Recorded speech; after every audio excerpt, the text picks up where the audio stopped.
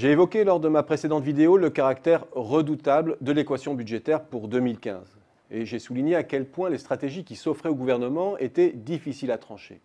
Premièrement, celle de faire le dos rond, en ne réagissant pas à la conjoncture, en misant sur l'efficacité de la nouvelle politique de la BCE, option qu'il semble privilégier aujourd'hui. Deuxièmement, parier sur une déflation durable et prendre acte du fait que la priorité devient celle de la solvabilité de l'État, ce qui implique un tour de vis budgétaire supplémentaire dont le coût est particulièrement élevé sur la croissance et l'emploi.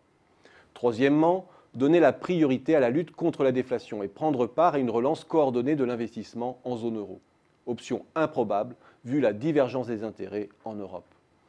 Les paris 1 et 2 ne sont néanmoins pas tout à fait antinomiques. Le wait and see peut en cours d'année dévier vers le plan 2 si la croissance zéro et les tendances déflationnistes devaient se confirmer.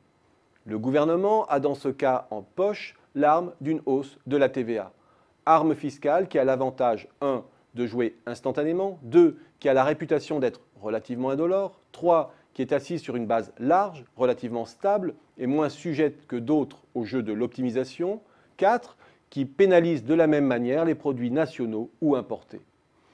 Le gouvernement en a rejeté pour l'heure l'éventualité. Mais la messe n'est pas forcément dite. La France demeure en position médiane concernant son taux de TVA. Elle dispose donc de marge de manœuvre vis-à-vis du nord et du sud de l'Europe notamment. 2 à 3 points de hausse du taux normal et intermédiaire seraient alors envisageables en cas de détresse financière, ce qui pourrait rapporter jusqu'à 20 milliards aux caisses de l'État, soit 1 point de PIB. Il faut être en effet conscient que le gouvernement projette un déficit de 4,3% du PIB en 2015, sur une hypothèse de 1,9% de croissance nominale. Mais si la croissance demeure là où elle est aujourd'hui, autrement dit 0,9%, le déficit se rapprocherait des 5%, 2 points au-dessus du maximum autorisé et 4 points au-dessus du niveau qui stabilise la dette. Les plaidoyers en faveur de cette solution sont de plus en plus nombreux, avec quelques arguments de poids. Une hausse de TVA serait une solution du moindre mal en termes de conjoncture dans le contexte de déflation que nous vivons.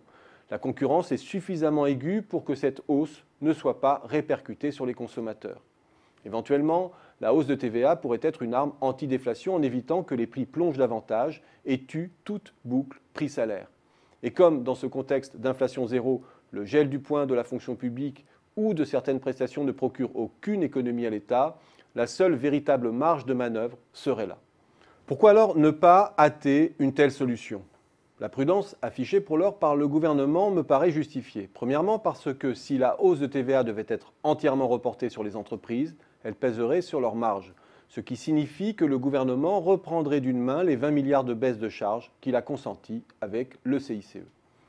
Deuxièmement, parce que les entreprises qui sont les mieux à même d'éviter la compression de leurs marges sont précisément celles des secteurs les moins exposés, qui ont fait le plein du CICE. A contrario, les entreprises des secteurs plus exposés subiront une double peine. Perdantes relatives du CICE, elles seront à nouveau perdantes d'une hausse de la TVA. Si céder à l'urgence consiste à renoncer à la cohérence, alors il est urgent d'attendre. Cette arme du dernier recours existe, mais il faut être conscient qu'elle constitue un renoncement au moins partiel au cap du soutien à l'offre que s'est fixé jusqu'ici le gouvernement.